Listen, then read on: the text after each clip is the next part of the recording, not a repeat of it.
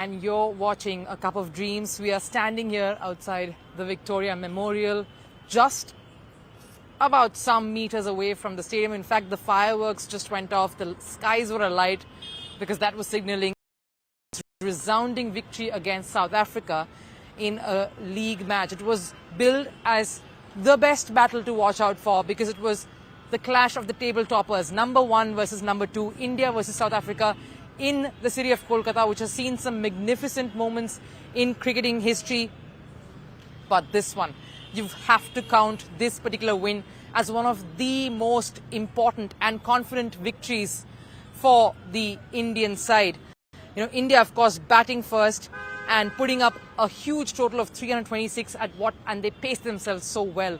You felt at some parts that they were slowing down, they were taking it easy, but they paced themselves so well when while setting up that 300 plus score. And the highlight of that knock was Virat Kohli's 100, the 49th century, and the reaction of his reaction or his celebration or the lack of it right after that just told you what he perceived this to be. Just another 100. He didn't speak about it much either. I'm sure he will reflect on it and it'll sink in a while. The fact that he's equaled Sachin Tendulkar's ODI record of the most number of hundreds in one-day international, 49th 100. Everyone was waiting for it. It's his birthday today. It couldn't have been a much better occasion for him to get it. But of course, the fact that he was reveling later in the second innings and celebrating all those wickets just told you what it meant for India to beat South Africa in the manner in which they did.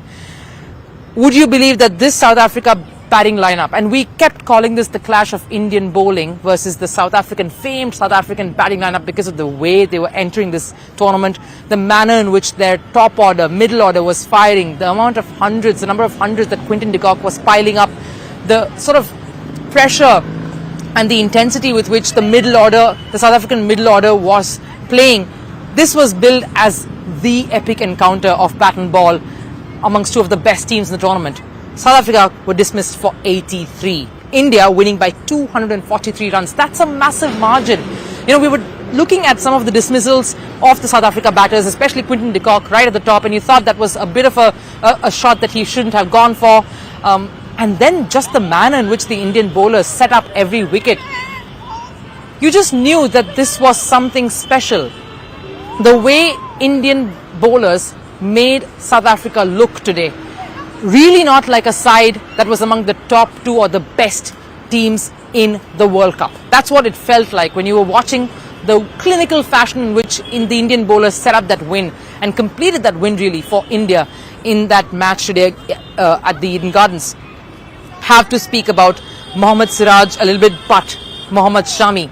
We always sense how he's made a difference to that Indian bowling unit.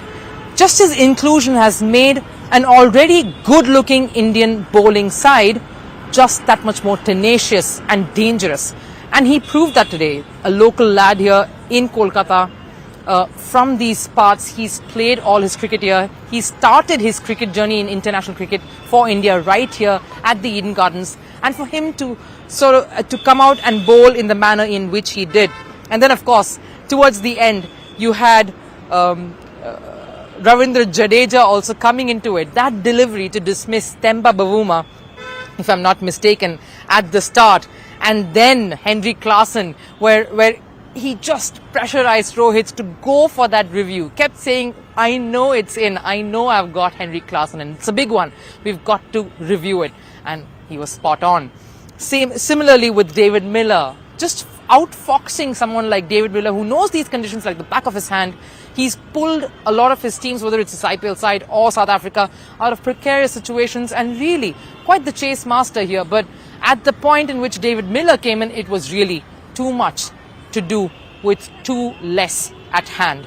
They tottered at 30 for 3 and they just continued to slide. You know, there was so much of talk of just how long this South Africa batting lineup will stand up to the onslaught of the Indian bowlers. That's the word I have to use. Relentless onslaught.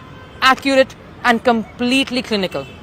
There was no loose delivery. There was nothing where they sort of laid back. Rohit also You saw Rohit and Virat sharing a few conversations right in the middle. Even when things were looking good and they had already put South Africa on the mat, they wanted to go for the kill. I think that's what you have to note about such a win. It isn't just the manner in which they completely outplayed a team like South Africa, which was the next best side in this tournament as we've seen it, but the manner in which they wanted to completely seal it. They didn't want any room for them to breathe. They didn't want this to keep going on and keep getting dragged on and just wait for South African tailenders to sort of collapse. They made moves. You saw Shubman and Virat being put in those key catching positions right in front of the wicket to force an error, to force something to happen. Here was a team that wasn't happy with just getting South Africa on the back foot. They wanted to pulverize them and make a point, make a statement that we are the team to beat. That's the kind of message that the Indian cricket team clearly put out there, and you had key people whom we mentioned in the preview earlier today. Someone like Virat, key again, and he delivered. A guy like Shami, playing at his home ground, knows the conditions like the back of his hand, knows exactly how to come in here, how to go about his business. Clicked. All the moves that Rohit Sharma made, all the bowling changes he made at the right time, all paid off. You know, he got in Jadeja right when things were going down. He brought him in at the key occasion, and we saw results. We saw a couple of wickets fall there. So everything sort of really fell into place. It was one of those clinical and solid performances by the Indian team. We speak about having a bad day. You know, we always say, maybe it's good to have an occasional bad day. Maybe it's good to have that one off day and lose a game just to see what could possibly go wrong and try to course correct and then move on from there to make sure you're doubly certain of not repeating those errors or not having those gaps anymore in the most important business end of the tournament. But this team doesn't need that. They're still unbeaten. They have another match against Netherlands in Bengaluru in just a week from now, and they're ready for semi-finals. It's a message they're sending that we do not need, we don't have an off day, we've not had an off day till now, and that doesn't matter. Come the occasion, come the moment, we're just going to be there in that point, at that stage, and we will deliver what we think is going to be top-notch cricket. That's the kind of message that they reached out, and seriously, just the manner in which the South Africa batting lineup crumbled there. You know, Quinton de Kock, 5, Temba Bavuma, 11, Rassie van der Dussen, 13, 9, 1, 11, 14, 7, 6, 0.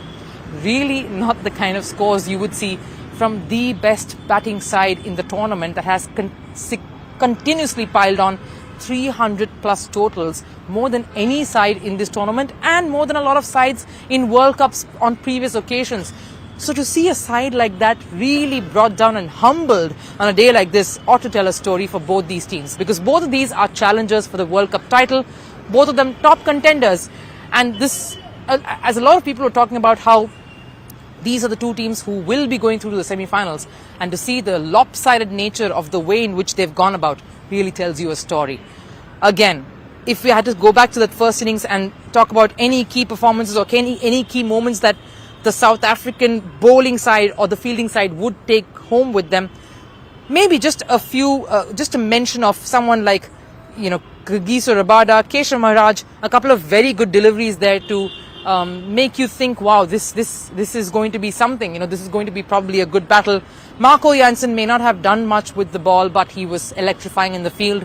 Really kept getting after each of the balls there, trying to do those tops, trying to get in that positive energy and keep that pressure up as much as they could, even as the batting was progressing. Again, another key performance there alongside Virat Kohli. Couple of them which we have to mention, quite a few in fact. Rohit Sharma, even though he scored a 40 out of 24, really set the pace for that Indian batting lineup at the start. A couple of big hits there, 6 fours and 2 6s. A fabulous little cameo by the captain at the top. Virat Kohli again, 101. A sense of relief there coming onto him after equaling Sachin's record. Shreyas Iyer, 77, started off really slow, took his time to get in there, and then probably saw a bit of acceleration towards the end before he fell.